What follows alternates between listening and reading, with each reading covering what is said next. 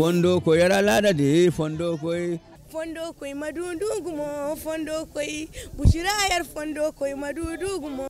Dodo pour les hommes, Djorodje pour les femmes.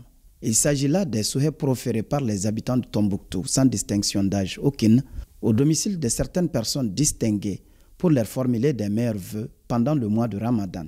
Ils se déguisent en djinn ou autre esprit pour impressionner l'assistance. Djorodje, c'est à l'image de présentation des meilleurs vœux.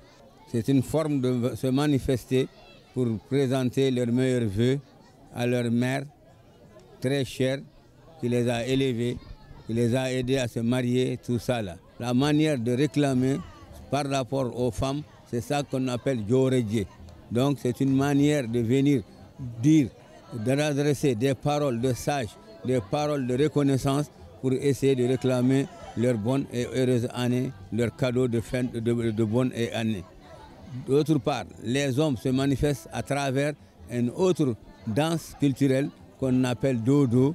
Alors là, ils sont là, ils se déguisent et quand les gens les voient dans la tenue de déguisement ou précisément ils portent des cordes.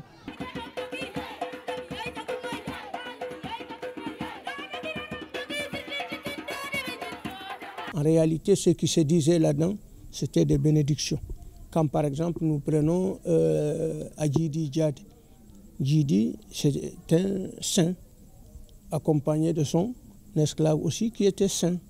Donc vous voyez que c'était des bénédictions, les gens s'entendaient, on le faisait, on sortait de maison en maison, pas de brutalité.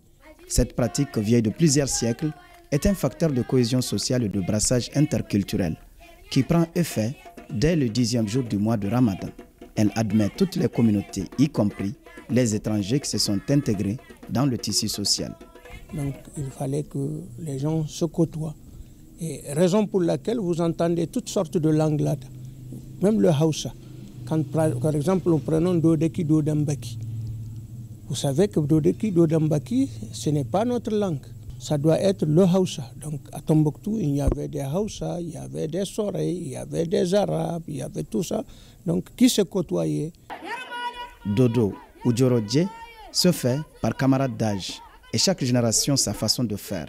Les hommes et les femmes le font séparément. Ça se passe à travers les générations et ça se fait dans les règles de l'art également. Les jeunes filles sont ensemble, en groupe, les jeunes garçons sont en groupe.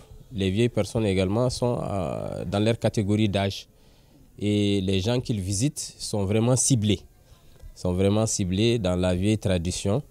Les familles qui sont ciblées sont connues. Et c'est quand même une activité traditionnelle qui permet de valoriser les chants et danses traditionnelles de la ville de Tombouctou, mais également permettre la cohésion sociale, le vivre ensemble. C'est sûr qu'on ne peut pas faire comme les vieilles personnes, mais on essaye de faire l'essentiel pour garder notre tradition. À l'issue de la prestation, le chef ou la chef de famille honoré fait don en nature ou en espèces pour récompenser les vœux formulés à son endroit. C'est quand même une joie de voir les petits-enfants qui perpétuent encore nos traditions. C'est une tradition, c'est vraiment notre culture. Et voir que les enfants n'ont pas tout laissé, ça fait vraiment de la joie au cœur.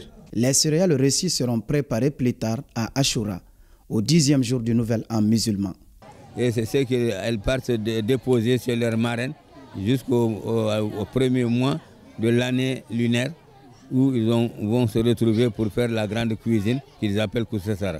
Ces prestations accablantes constituent juste un échantillon des pans de la culture tombouctienne. Elle prouve aussi que la mystérieuse est un réservoir atypique de valeurs culturelles.